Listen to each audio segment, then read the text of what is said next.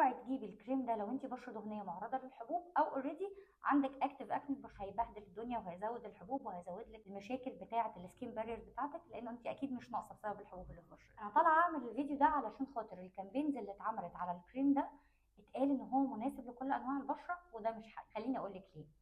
الاول، الكريم ده من شركه سكين سايد، ده بالهيالورونيك اسيد، ده مويسترايزر كريم مرطب للبشره. مشكلته حاجتين: اولا ترطيبه تقيل جدا، انا لما استخدمته عمل لي هنا حبايه كده ولسه اثرها بيروح، ده رقم واحد. فما ينفعش البشره دهنيه اوريدي الاويل سكريشن بتاعها عالي جدا، فكده كده فيها افراز دهني زياده، فهيعمل مشاكل وهيطلع حبوب.